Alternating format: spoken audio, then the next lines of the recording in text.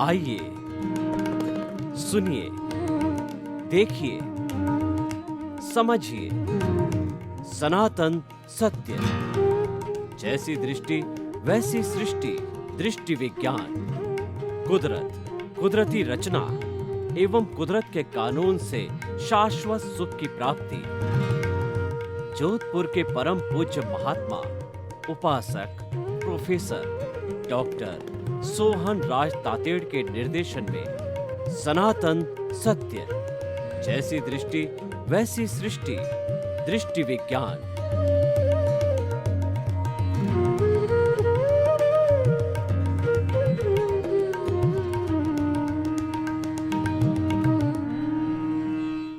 भाई और बहनों, मातृशक्ति को नमन। आज का हमारा बहुत सुंदर विषय है कि अपना सुधार संसार की सबसे बड़ी सेवा है। हमारी भारतीय संस्कृति के अंदर सेवा को उत्कृष्ट स्थान दिया गया है। व्यक्ति को ये संस्कार दिए जाते हैं कि अपना कार्य करते हुए, अपने परिवार का कार्य करते हुए कुछ समय समाज की सेवा के लिए स्पेयर करना चाहिए, अपने भाइयों की सेवा के लिए स्पेयर करना चाहिए। क्यों करना चाहिए? कि मनुष्य एक सामाजिक प्राणी है, वह समाज के अंदर जीता है और समाज ही उसको पहचान देता है, समाज ही उसका विकास करता है, समाज ही उसका सम्मान करता है, समाज ही उसको आगे बढ़ाता है। तो इन सब बातों की पूर्ति के लिए हमारा कुछ न कुछ समाज के प्रति ऋण हो जाता है। वैसे हमारी भारतीय संस्कृति में 4 तरह के ऋण बताए गए हैं। पहला ऋण है देव ऋण, दूसरा ऋण है वो हमारा पितृ ऋण, तीसरा ऋण है वह है हमारा गुरु ऋण और चौथा है समाज का ऋण। देव का ऋण क्यों है? कि देवता हमारी रक्षा करते हैं। जो हमारा रक्षक देव होता है, जो हमारा इष्ट देव होता है, वो हमें सब प्रकार की कठिनाइयों से बचाता, वो हमारा सुरक्षा कवच है। वो हमें अपनी संतान समझता है और उसके कारण जो है वो हमारी हर दृष्टि से रक्षा करता है। इसीलिए देव के प्रति हमारा ऋण होता है। और देव का जो ऋण है, हम देव को प्रसन्न करके उतार सकते हैं। देवों के लिए कहा गया है कि cleanliness next is godly, next to godliness, यानी जो स्वच्छता है वह ईश्वरीय शक्ति है। देवों को स्वच्छता प्रिय है, क्योंकि देवलोक के अंदर बहुत बड़े बड़े सुगंधित पदार्थ होते हैं और वहाँ पर रमणीय सारे जो है स्थान होते हैं। तो इसीलिए वो देवता लोग हमारे मनुष्य लोक में नहीं आते हैं, क्योंकि मनुष्य लोक भयंकर अशुद्धि से भरा पड़ा है। हमारे शरीर की भी अशुद्धि अगर हम चमड़ी उतार करके देखें तो मेरी ख्याल से जो दूसरे प्राणी हैं उनकी तुलना में हमारी बदबू बहुत ज़्यादा आएगी। हम स्वयं उसको सहन नहीं कर पाएंगे, हम उसको बेहोश हो जाएंगे। इसीलिए देवता लोग हमारे मनुष्य लोक में नहीं आते हैं, लेकिन वो हमारी रक्षा करते हैं। उनका ऋण उतारने के लिए उनको धूप, अगरबत्ती, दिया और जो है उनको फूल, उनको प्रसाद इत्यादि चढ़ाया जाता है। क्योंकि देव होते हैं वो भावना के भूखे होते हैं, उनको और कुछ नहीं चाहिए, उनको हमारे शुभ भाव चाहिए। हमारे उन शुभ भावों के कारण वो प्रसन्न होते हैं। यानी ईश्वर प्राणिधान करके हम देव ऋण उतार सकते हैं। दूसरा ऋण हमारे पे होता है पितृ ऋण होता है।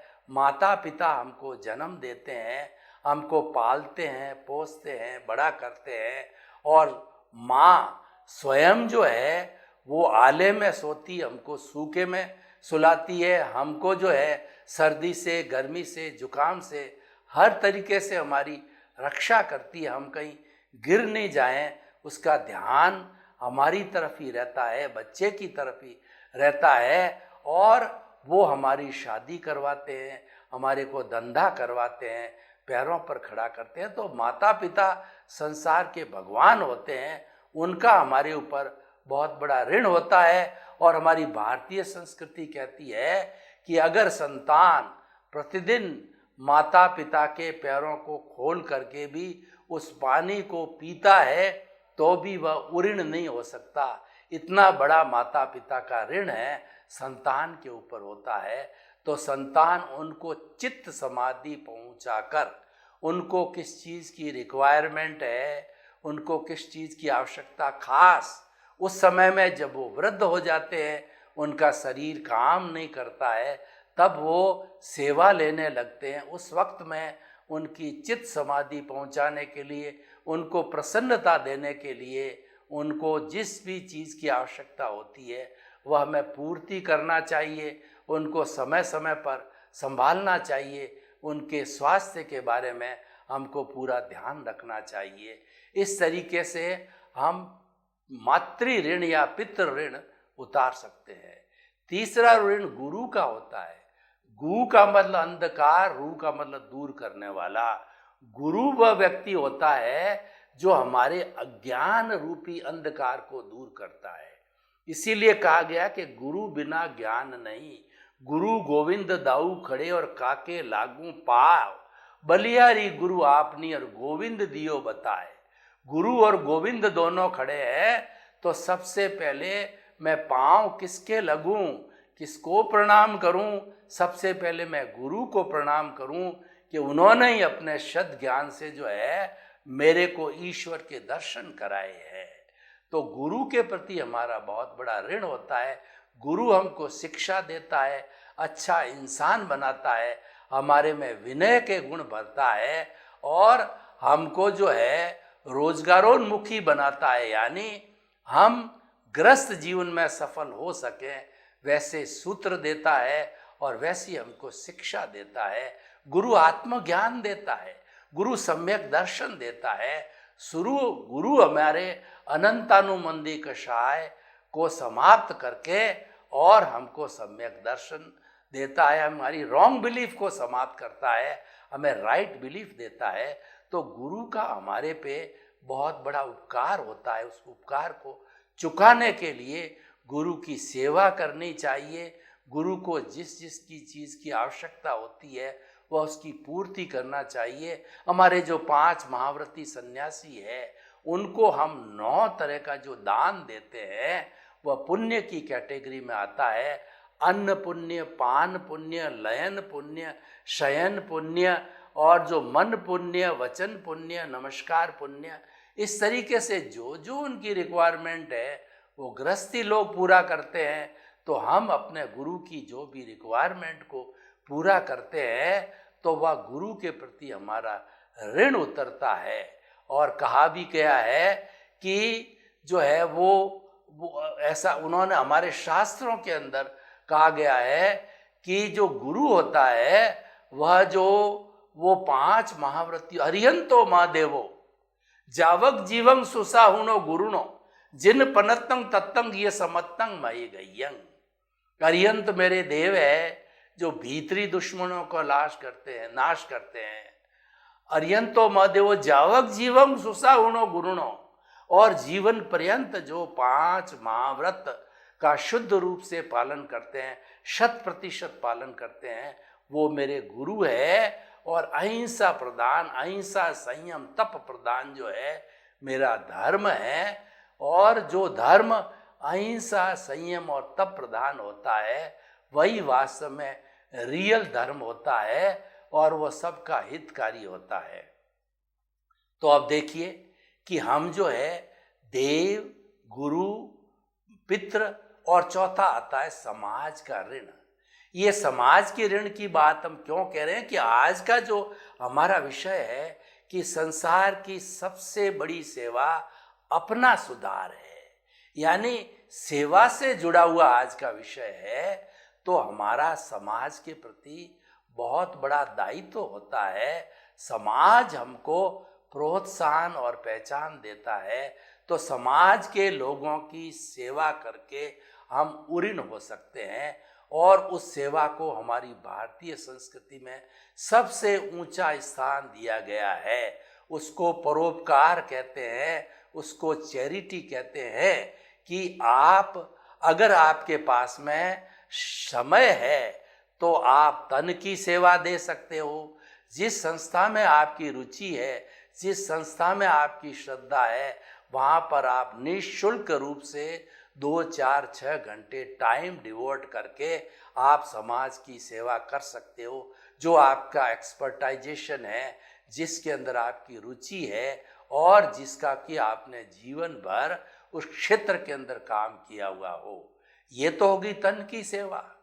और कुछ कुबेरपति होते हैं जिनके जो है पुण्योदय से बहुत धन प्राप्ति होती है, उनके पास समय की कमी होती है, तो वो अपने लूले, लंगड़े, अपाहिज, मूक, बधिर और जो है अनाथ और विधवा और जो अभावग्रस्त लोग हैं, उनकी रोटी, कपड़ा, मकान, शिक्षा, चिकित्सा, उनकी सुविधा दे करके उनकी सेवा कर सकते हैं। क्योंकि समाज का सारा काम परस्परोपग्रह जीवानाम के सिद्धांत पर आधारित है कि हम परस्पर एक दूसरे से रिलेटिव है, परस्पर एक दूसरे से जुड़े हुए हैं और समाज में गिव एंड टेक का फॉर्मूला लगता है। सेवा दी जाती है, सेवा ली जाती है, उसी से हमारा जीवन चलता है। क्योंकि हर व्यक्ति का अपना अपना फील्ड होता है, तो उस फील्ड का वो कार्य करके वो समाज को सेवा अर्पित कर सकता है। तो देखिए, ये सारा जो है समाज की सेवा से उऋण होने के लिए आया है। और हमारे जो है उन संस्कारों से ओतप्रोत होकर के हमारे देश के अंदर बड़े बड़े उद्योगपति है, बिड़ला है, बांगड़ है, डालमिया है, टाटा है, और विश्व की बात करें तो जो है उसके बाद के अंदर बिल गेट्स वगैरह है। वो अरबों खरबों रुपया जो है चैरिटी के अंदर लोक कल्याण, जगत कल्याण, जय जगत और लोगों के हितार्थ लगाते हैं। क्योंकि जीवन का सबसे बड़ा जो है उद्देश्य सेवा है, जीवन का सबसे बड़ा उद्देश्य दान है। दान की 3 स्थितियां कही गई है। पहली तो स्थिति है कि दोनों हाथ से जितना आप जन सेवा में लगा सको वो लगाना चाहिए। और दूसरी स्थिति है अपना परिवार के सदस्य जिनको आवश्यकता है उसके अंदर उनको जो है वो पैसा लगाना चाहिए, उनको सहयोग करना चाहिए। और आप दोनों ऐसा नहीं करते हैं कि एक समय के बाद के अंदर वह धन समाप्त हो जाता है। ये धन की तीसरी गति होती है। तो भाई और बहनों, हम आपको बताना चाहते हैं कि आपने अगर सेवा का विषय चुना है, अगर आप सेवा करना चाहते हैं, तो संसार की सबसे बड़ी सेवा है अपना सुधार। क्यों? सुधरे व्यक्ति, समाज व्यक्ति से राष्ट्र स्वयं सुधरेगा। यानी इस पूरे 7.8 अरब की जनसंख्या की सबसे छोटी यूनिट, सबसे छोटा घटक है वो मनुष्य है। अगर मनुष्य सुधरता है तो वह बहुत से अन्य व्यक्तियों को सुधारता है, और सुधार की प्रक्रिया जब चालू होती है तो वो मल्टीप्लाई होती है 100 टाइम, 1000 टाइम्स, लैक्स टाइम। और बिगाड़ की प्रक्रिया चालू होती है तो वह भी मल्टीप्लाई होती है। देखिए, हमारे समाज के अंदर पॉजिटिव थॉट्स चलते हैं तो समाज स्वर्ग बनता है, और लोग नेगेटिव थॉट्स वाले होते हैं, लड़ाई झगड़ा, फिसाद और एक दूसरे की टांग खिंचाई वगैरह, ऐसे के अंदर जो है वो हमारा समाज नर्क बनता है। तो लेकिन ये सब करता कौन है? ये करने वाला मनुष्य होता है। तो मनुष्य को हमें सुधारना है। मनुष्य में हम सभी आते हैं। 7.8 अरब की जनसंख्या, 210 कंट्री जो वर्ल्ड के हैं, वो सारे हम मनुष्य गति में आते हैं।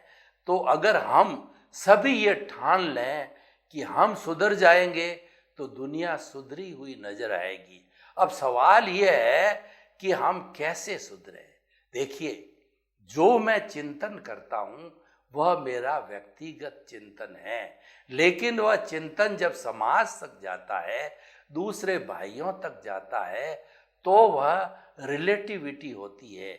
यानी अगर मेरा कार्य अच्छा है तो वह दूसरे भाइयों को जो है आराम पहुंचाएगा। जैसे मेरे पास में धन है और मैंने एक हॉस्पिटल खोला है और हॉस्पिटल के अंदर सब चीज उसकी मेंटेनेंस, उसको सेल्फ सफिशिएंट बनाने तक ही जो है मेरा उद्देश्य है, मुनाफा कमाने का उद्देश्य नहीं है। और अगर मेरे पास में धन एफ्लुएंट है तो वो भी जो है सारा जो है चैरिटेबल हिसाब से फ्री भी चल सकता है। लेकिन फिर भी अगर मान लो फ्री न चले तो किफ़ायती दामों पर, रीजनेबल दामों पर और जो है अच्छा इलाज होता है।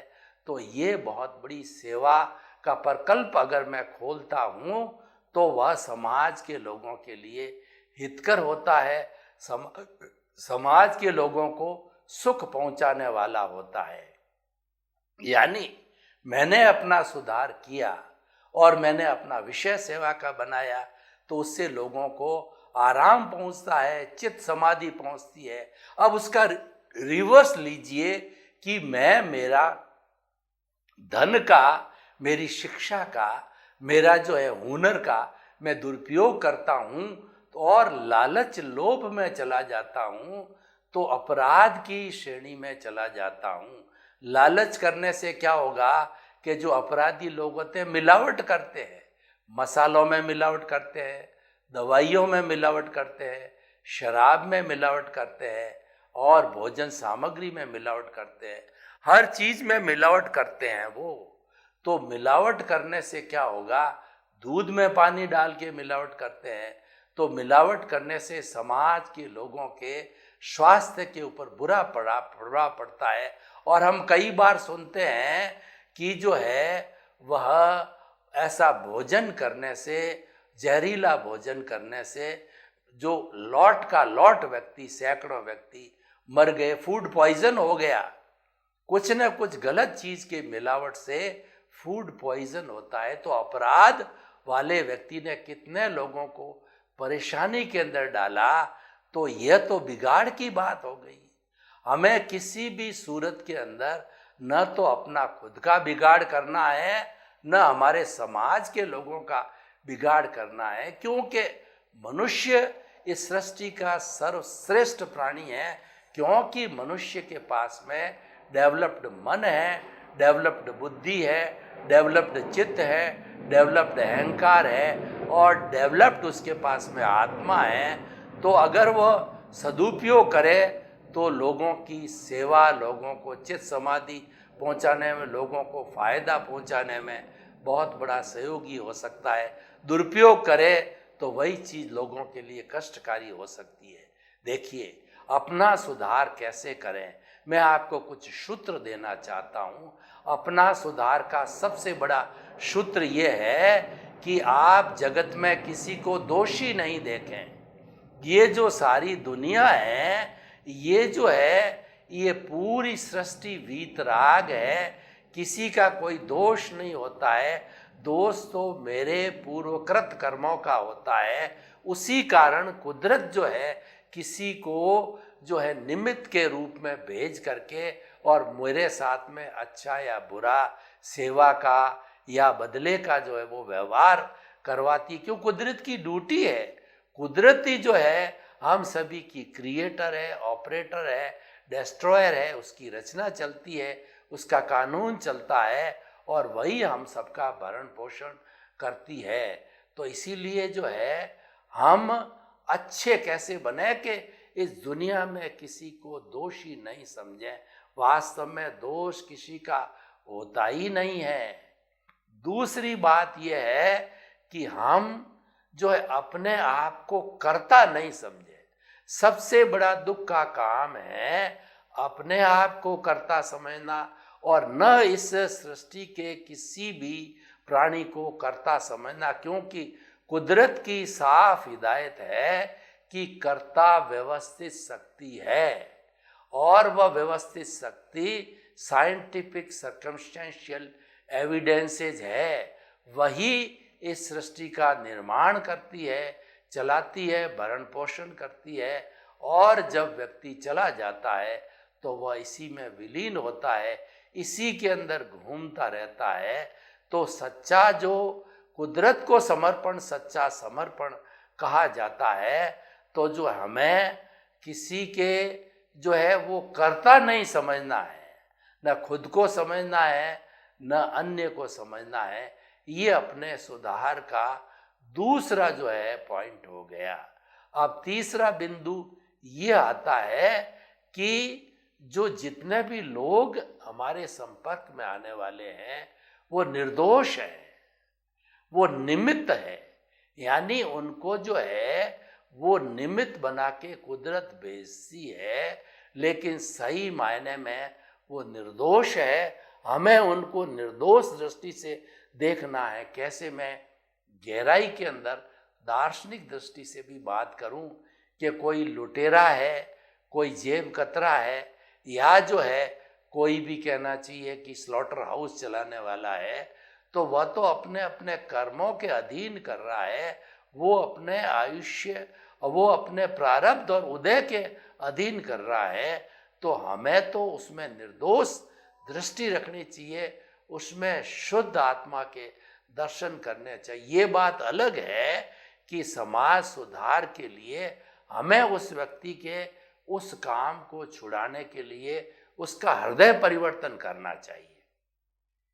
जो व्यक्ति अपराध करते हैं उन व्यक्तियों का हृदय परिवर्तन करके, उनको समझाइश करके उस हिंसा के कार्य को छुड़वाना चाहिए। अगर कोई भी स्लॉटर हाउस चलाने वाला है उसको हम अच्छी तरह से समझावें कि भाई आप 5 इंद्रिय वाले जीवों का वध करते हो और उसकी मांस मिट्टी से अपने परिवार का भरण पोषण करते हो, तो उसमें तो वही आत्मा है जो तुम्हारे में है। अगर तुम्हारा हाथ काटा जाए, गर्दन काटी जाए, तो तुम्हारे को कैसा महसूस होगा? तो वो कहेगा कि मेरी गर्दन काटी जाए तो मुझे बहुत दुख होगा। तो तुम मुर्गे की गर्दन काटते हो, तुम बकरे की गर्दन काटते हो, उसको वही दुख और दर्द होता है। तो जब उसको ये एहसास होता है कि ये मेरी पापकारी प्रवृत्ति है, तो उसके समझाइश करने से वह धंधा छोड़ देता है। और दूसरे बहुत से ऐसे धंधे हैं जिसके अंदर बहुत कम हिंसा होती है, वह व्यक्ति उस धंधे को धारण कर सकता है। तो ऐसे व्यक्ति में हृदय परिवर्तन करके हमें उन अपराधी लोगों से अपराध छुड़ाने चाहिए। ये दूसरा पॉइंट है।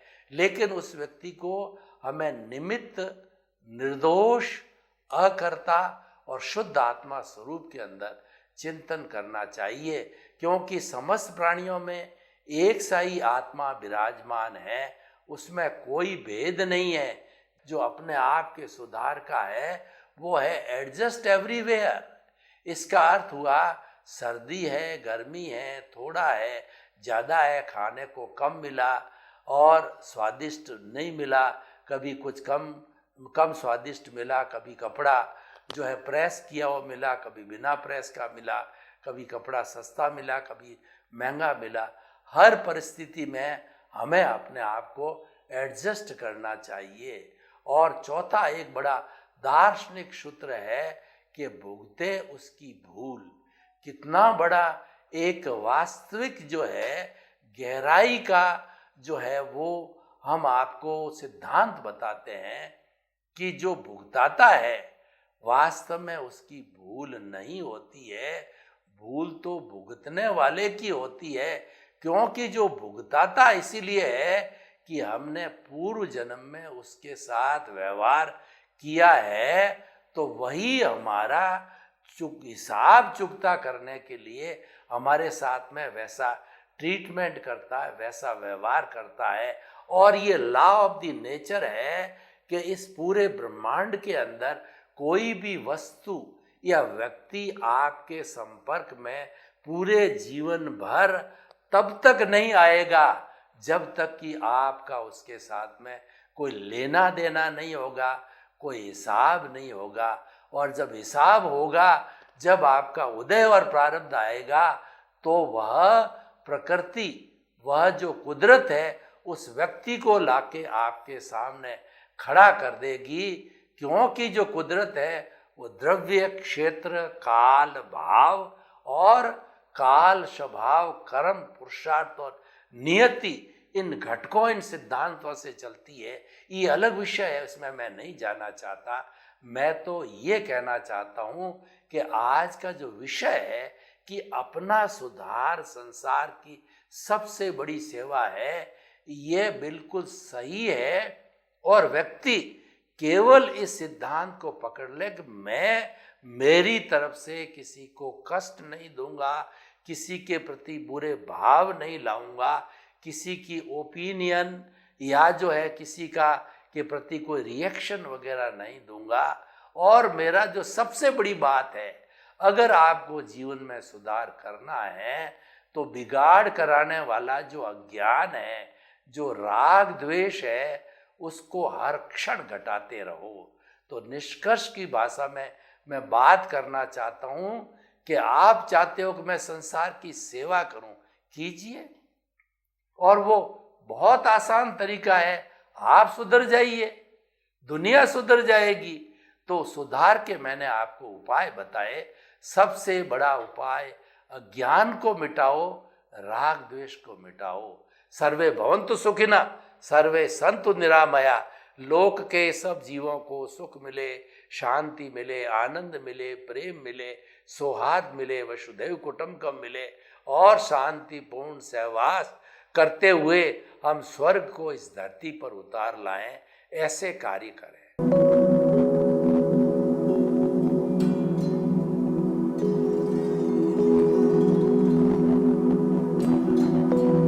एक ऐसा अंतर्राष्ट्रीय ख्याति प्राप्त मानव जो गुरु प्रेरणा से पिछले 20 वर्षों से वानप्रस्थ जीवन जीते हुए 24 घंटे मानवता की सेवा में संलग्न है। एक ऐसा मानव जो अभी राष्ट्रीय, अंतर्राष्ट्रीय टीवी चैनलों पर 7,500 एपिसोड के माध्यम से सनातन सत्य, आत्मविज्ञान एवं पुनरुत्थान, व्यवहार एवं निश्चय जगत के जीवनोपयोगी विषयों पर हृदय स्पर्शी प्रवचन कर चुका है। उस मानव का नाम है महात्मा उपासक प्रोफेसर डॉक्टर सोहन राज तातेड़। प्रोफेसर तातेड़ द्वारा योग, दर्शन, शिक्षा विषयों पर रचित पीएचडी स्तर के 250 शोध ग्रंथ भारत के 100 प्रतिष्ठित विश्वविद्यालयों में शोधार्थी पढ़ रहे हैं तथा वे सभी शोध ग्रंथ वहां की सेंट्रल लाइब्रेरियों में उपलब्ध हैं। महात्मा सोहन राज ने अभी तक हजारों स्कूलों, कॉलेजों, विश्वविद्यालयों एवं संस्थाओं में सेमिनार, वर्कशॉप, कैंप लगाकर लाखों विद्यार्थियों को योग, दर्शन, शिक्षा का प्रशिक्षण देकर उन्हें सुसंस्कारित किया। डॉक्टर तातेड़ ने भारतीय संस्कृति उत्थान के 4000 से अधिक समसामयिक विषयों पर आर्टिकल लिखकर ऑनलाइन जर्नल, पत्रिकाओं, वेबसाइट्स पर प्रकाशित किया, जिसका उपयोग लाखों पाठक कर रहे हैं। उपासक तातेड़ के 5000 से अधिक आज का सुविचार, आज का शुभ संदेश, आज का मंगल भावना योग आदि चिंतन websites, Twitter, blogger, Facebook, YouTube माध्यमों से लाखों लोग अपना जीवन निर्माण कर रहे हैं। मानवता के मसीहा ऐसे महामानव महात्मा सोहन राज तातेड़ के प्रोफाइल को अभी तक विश्व के 20 लाख दर्शक यूट्यूब पर, 12 लाख गूगल पर एवं लाखों दर्शक फेसबुक, ब्लॉगर, ट्विटर और इंस्टाग्राम पर देख चुके हैं।